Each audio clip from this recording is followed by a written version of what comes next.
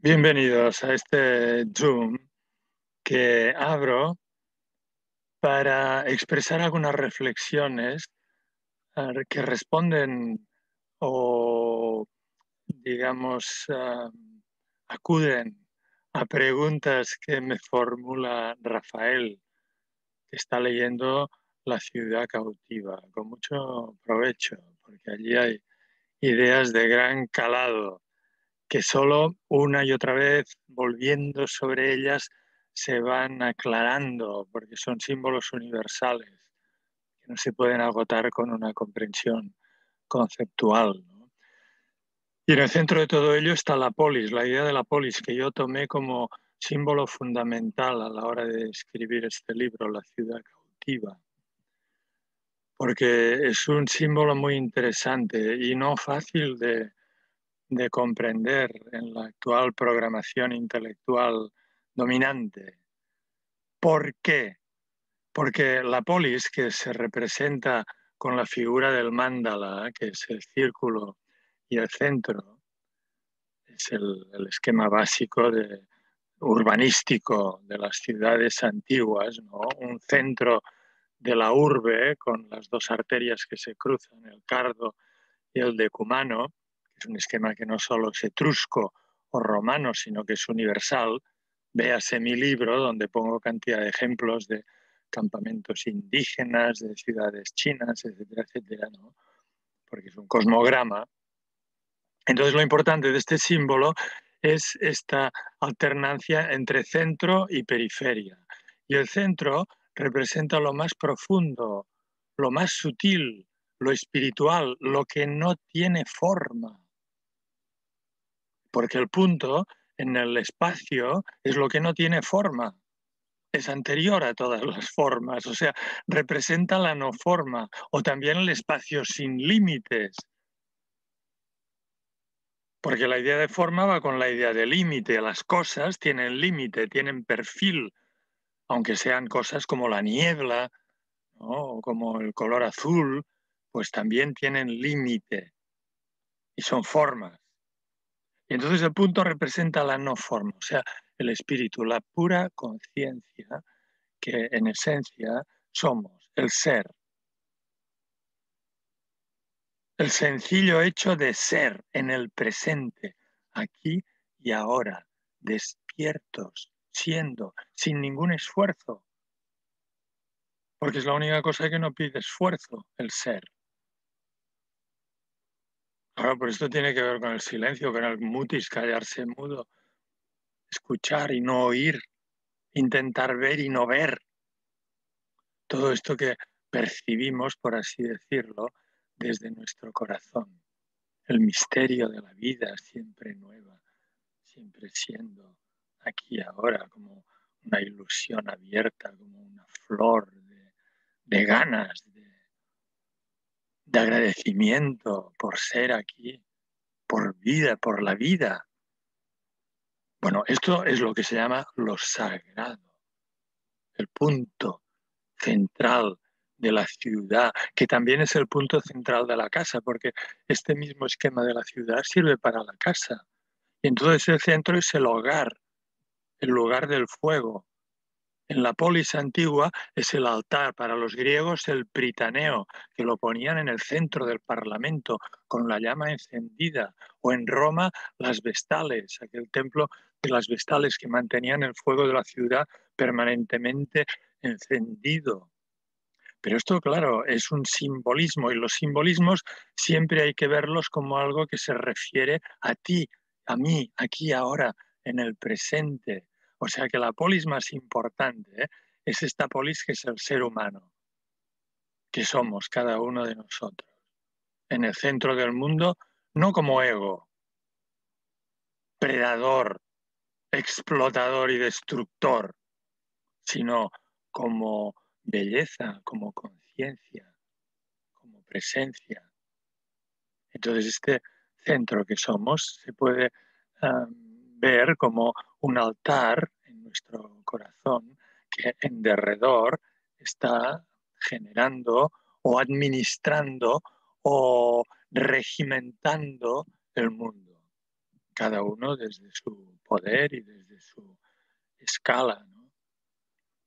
O sea que este esquema del mandala, de centro y periferia, se refiere, como he dicho otras veces, a la almendra, porque mandala es almendra, ¿no? Que en italiano la llaman méndola, ¿no? Améndola. En menorquín, mella, mella, ¿no? Mella, ¿no?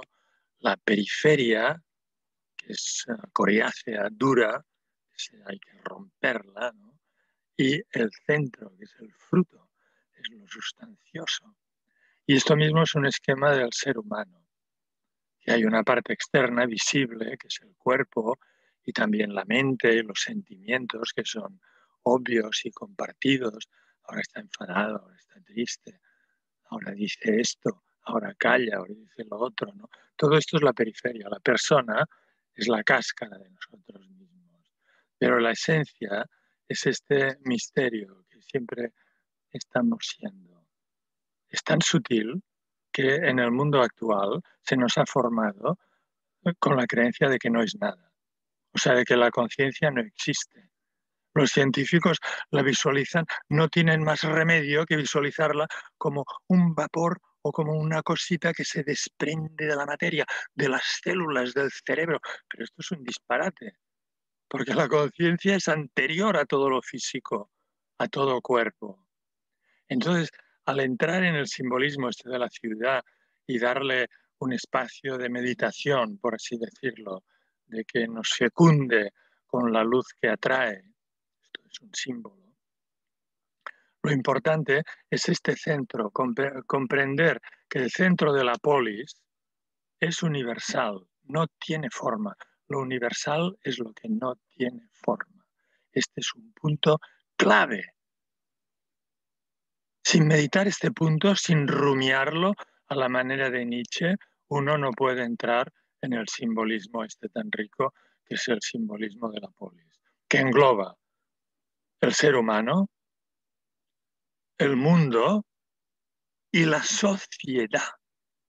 Y la sociedad, porque la forma de la ciudad con sus murallas, sus centros, sus calles, todo esto, en los orígenes fundacionales de los pueblos y de las tribus y tal, representa el orden social y las jerarquías y lo más importante y lo más superfluo, lo que es más central y lo que es más periférico. Entonces, lo más central es la conciencia, es el fuego encendido. Es un fuego, ¿no? La conciencia se la compara con la luz de comprensión, no comprensión cerebral, conceptual, de bla, bla, bla y de acumulación de conocimiento, sino comprensión empática desde el corazón. Y por tanto, es una comprensión que tiene que ver con la empatía, con el calor humano, con el interés, con la gracia, con el amor.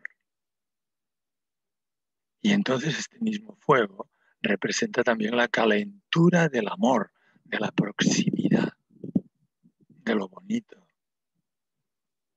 del cariño. Claro, todo esto se puede corromper, es obvio. O sea que la luz se puede usar para tramar cosas malas. Malas quiere decir que provocan dolor en uno y en los demás. Y la calentura del cariño y del amor puede descender a transformarse en pasiones destructoras de uno mismo y de los demás. Y entonces el esquema de la ciudad, esta representación mandálica, nos permite especular sobre este movimiento de expansión creativa del centro a la periferia y de contracción de la periferia al centro. O, como diría Aristóteles, de generación de todas las formas y posibilidades y de corrupción de todas las formas. Porque todas las formas nacidas en el mundo, el pájaro, el árbol, la semilla, los artificios que fabrica el hombre, el cuerpo humano, todas estas formas creadas, generadas, están sujetas a corrupción. Y esto es la gracia de la naturaleza. Es un juego bonito y dramático, por así decirlo, ¿no? Que tiene como base, como dice la física actual tiene como base creativa un campo de conciencia cuántico, que es como el gran receptáculo, la gran madre universal que dicen los taoístas, el espíritu del valle, que todo lo contiene, la tierra de amplio pecho, que todo lo contiene, esta conciencia universal sin forma, en la que todas las formas se generan y se mueven. Entonces el altar de la polis, del hogar, o el corazón humano, que es el altar de nuestro ser, porque es la inteligencia superior, muy por encima de esta es pequeña, es dual. En cambio, la inteligencia del corazón es amplia, empática, expandida. Entonces, este centro está cubierto por distintas capas, o sea que el esquema de la polis está relacionado con la imagen de una cebolla que tiene como diferentes capas. Si el mundo o nosotros mismos nos visualizamos enteros como una esfera, hay que hacer este ejercicio usando el simbolismo, que es burdo, pero es de esta manera que entramos en las comprensiones profundas. Entonces, utilizando este simbolismo, se puede decir que este esquema de la polis, de la almendra, tiene un centro sutilísimo, pura conciencia, y luego capas cada vez más groseras. Podríamos ver que alrededor de la conciencia pues está ya una conciencia menor, que es una conciencia cerebral o conceptual, que cosifica, que etiqueta las cosas. Esto es la pantalla del ordenador, esto es mi dedo, esto es el mostacho, esto es la cabeza, aquí detrás esto es el árbol. Entonces esto ya es una conciencia dual, que distingue entre el sujeto y el objeto. Y esta es una capa ya más externa, esta conciencia mental.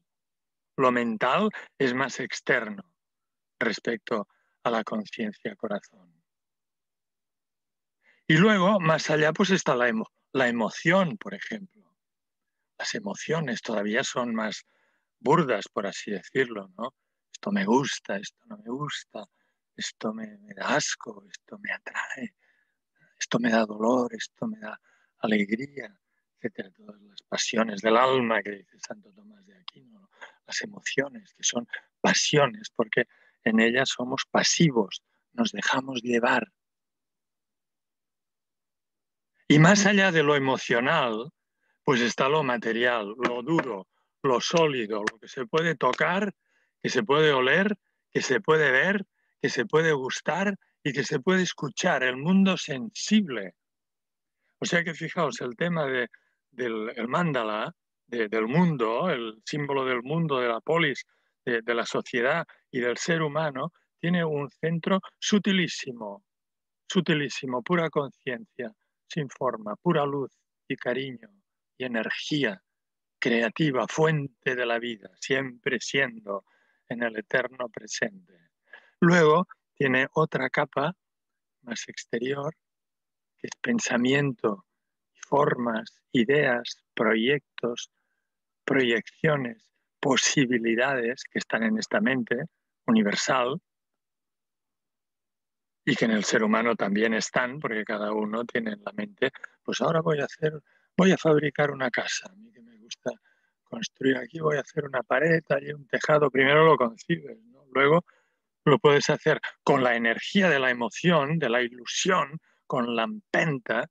Esto lo llevas a cabo hacia afuera y entonces lo materializas. Y esto ocurre en el ser humano, en la sociedad y en el cosmos. Entonces hoy día cuando decimos polis inmediatamente nos vamos a la idea societaria moderna, que es una idea, digamos, limitada, reduccionista. Con la sociología moderna no se puede comprender lo que es la sociedad, porque de entrada lo más importante, que es este misterio, este fuego encendido en el centro de las comunidades humanas, esto se niega, no existe la digamos, la belleza y la bondad a raudales, latente en todos los corazones humanos, siendo la misma en todos ellos. Entonces esto es lo más importante a la hora de crear una comunidad. ¿Por qué? Porque es el bien común. El fuego encendido es el bien común, lo que compartimos con todo ser humano. Antes de decir hola, antes de decirle hola, ¿cómo te llamas? Yo me llamo tal y cual. Antes de esto está el bien común. Pura presencia, mirada, reconocimiento, belleza, ilusión de compartir, de estar juntos. Entonces esto es lo más importante. El bien común es lo que crea la comunidad. Entonces, alrededor del bien común, en los esquemas tradicionales urbanísticos, están los sacerdotes, los sabios. Los sabios es toda aquella parte de nosotros que le interesa despertar, le interesa conocer la esencia, le interesa conocer lo bueno. Es la parte que intuye que la vida va en serio, que la vida es una aventura increíble si la usamos para bien. Porque esto nos lleva a la inmortalidad, o sea, a comprender lo eterno, casi nada. Ahora, claro, más allá del cuerpo y más allá de la inteligencia limitada, esto por supuesto, es la autoindagación. Entonces, digamos que el simbolismo del sacerdocio y de la sabiduría o del chamanismo, los chamanes, que son los sacerdotes de las sociedades antiguas. Esto hoy día nos gusta más, porque si decimos sacerdote estamos imaginando curas un poco rancios con una sotana, o los budistas con las túnicas, bueno, o sea que no, como los chamanes con plumas, desnudos, saltando por los bosques, pero en conexión directa con el ser, con lo que nunca muere, con lo que siempre es nuevo, con lo que todo lo cura. Porque los chamanes conciben la espiritualidad como la gran medicina, ¿no? Entonces, estos chamanes o sacerdotes o sabios, Platón los llama sabios, reyes sabios, se agrupan alrededor del hogar.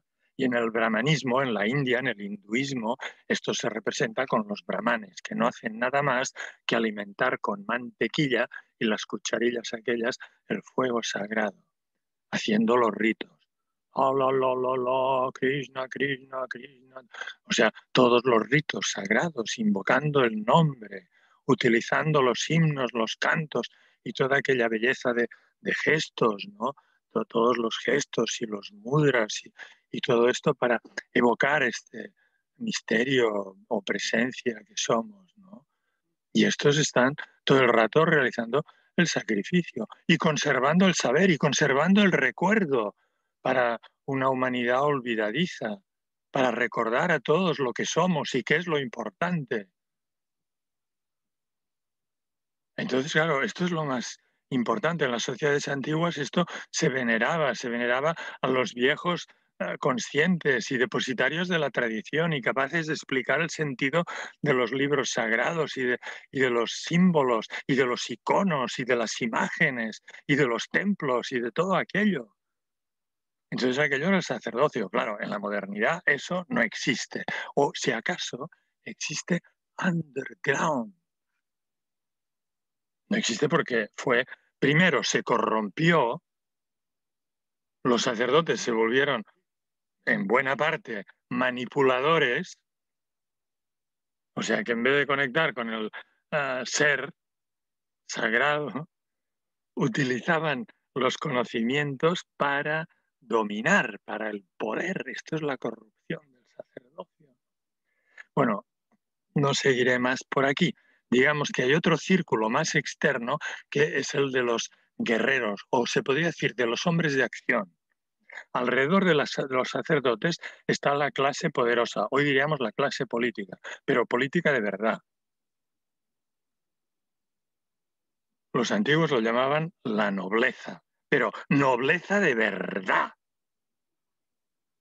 Lo más importante de la nobleza es el servicio. Todas estas estamentos o castas son interesantes porque están en cada uno de nosotros. O sea que en cada uno de nosotros hay un sabio. o por lo menos los que estáis escuchando este vídeo, porque si no ya hubieras cerrado, ¿no? Esto, hay un sabio que está interesado por el conocimiento. Y entonces, fuera, ya más fuera, hay el hombre de acción. El kshatriya, el guerrero, es el hombre de acción. Es cuando el ser humano, cuando la conciencia desciende a actuar. Y entonces en esta acción, lo más importante es proteger a los que están velando por el mantenimiento del fuego sagrado. O sea que los reyes o guerreros o kshatriyas lo que hacen es proteger el altar y proteger a los sacerdotes de la intromisión de los demonios. Véase el Ramayana. ¿Qué hacen los guerreros? ¿Qué hace Rama y todos estos? Pues vigilan que los demonios no fastidien al culto divino. ¿Y qué son los demonios? Los demonios son los pensamientos negativos, la soberbia del ego. Todo esto son paparruchas, ¿no? ¿Esto de qué sirve? Estas tonterías, estas digresiones, ¿no? Lo que dice Platón, todos estos símbolos, todo esto, ¿no? Estos son demonios. Y luego hay muchos tipos, ¿no? Hay los demonios que nos vienen a dar miedo. Cuidado, cuidado, cuidado, que estás enfermo, cuidado, que hay una pandemia, cuidado, que tal, que te vas a contagiar, cuidado, mira, etcétera, ¿no? O sea, se podría decir que toda la sociedad moderna ha derivado en una especie de pandemia de miedo, ¿no? De asustar a la gente, ¿no? Estos son demonios, heavies. Y cada uno tiene los suyos, cada alma humana tiene un sistema de miedos o de demonios o de alarmas que le vienen a quitar del culto sagrado, alejarla de la meditación sagrada, del silencio amoroso, de la oración, de la acción de gracias en el corazón, de la contemplación. Se podría decir que la cosa de los sacerdotes es la contemplación y la transmisión del conocimiento. Y la cosa de los políticos, guerreros, gobernantes o reyes es la defensa de estas primeras funciones sagradas que llamamos contemplación. Y entonces estas dos primeras capas de la cebolla son la contemplación y la acción. Y todo el gobierno de la polis depende de la armonía entre estas dos primeras funciones. O sea que los reyes o guerreros que tienen el poder, porque se basan en la acción que se cocina o se diseña aquí, en la parte mental o cerebral, desde aquí salen todos los proyectos de acción, esta parte tiene que estar en sintonía con el corazón. Esto es la función del regidor, el rey, el gobernante. Y cada ser humano, por el hecho de serlo, es rey. Esto es lo que hace la dignidad del ciudadano, aquella dignidad que invocaban incluso los revolucionarios de la Revolución Francesa. La dignidad del hombre en su estado natural. Es rey, el hombre es rey. Y esto no es para mandar, digamos, arbitrariedades a la gente que nos rodea, no es para ser un déspota. Esto es para difundir la luz, difundir el amor, difundir la comprensión y la cosa buena. O dejar que se difunda a través nuestro. Esto todavía es mejor.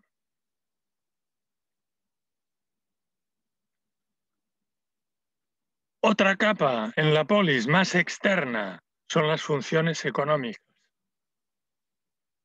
O en nosotros mismos. La parte activa nuestra que se dedica a la subsistencia. El que va a trabajar, el que está en el ordenador haciendo sus triquiñuelas y planes y sus cositas para ganarse el pan para comer, o el que organiza sus empresas y sus multinacionales, etcétera. O el que a pico y pala pues está currando allí para ganar un salario, ¿no? Esto es la función económica. La función económica es bueno, en el pico y pala podríamos decir ya es la función servil, igual que estar tecleando en el ordenador. La función servil es la física, la acción física, porque la acción económica todavía es una acción sutil, es mental, es creativa. O sea, los que planifican los negocios, el empresario, que todos somos, porque todo ser humano también tiene una faceta de empresario. ¿Cómo voy a subsistir? ¿Cómo daré de comer a mis hijos y a mi mujer y tendré una casa y todo esto? Esto es la función económica. Y esta es una capa ya más externa, que para funcionar bien tiene que obedecer a las capas más interiores. O sea, tiene que obedecer el gobierno del rey, que es cada uno, ¿no? Y luego hay una parte más externa, que es la parte puramente física, el mundo de los sentidos, en el que todos somos cuerpo. Y este es a diferencia de las capas anteriores de la cebolla, esta es una capa sólida, que se rompe enseguida, es la más frágil de todas. Esta que hoy día en la formación moderna consideramos la más sólida, la única real, en realidad es la más frágil, es la que menos dura y por tanto es totalmente dependiente.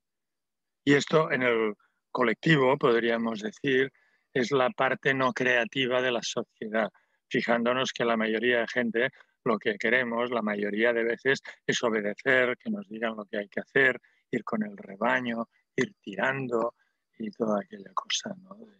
de pasividad o de renuncia a lo que es el potencial humano. Entonces, esto, por ejemplo, en el libro La ciudad cautiva se representa en un diagrama urbanístico hindú que se llama Nandya Varta y se ven los 4 planos de la ciudad. Entiéndase, 4 planos del cosmos, que pueden ser los 4 elementos y la quinta esencia en el centro, o 4 partes del ser humano. Corazón, mente, emoción y cuerpo. Entonces la polis es un arquetipo que el ser humano no ha creado. Es como la estructura dinámica latente del cosmos y de nosotros mismos. Bueno, hasta aquí que ya es mucha cosa. Gracias por la atención.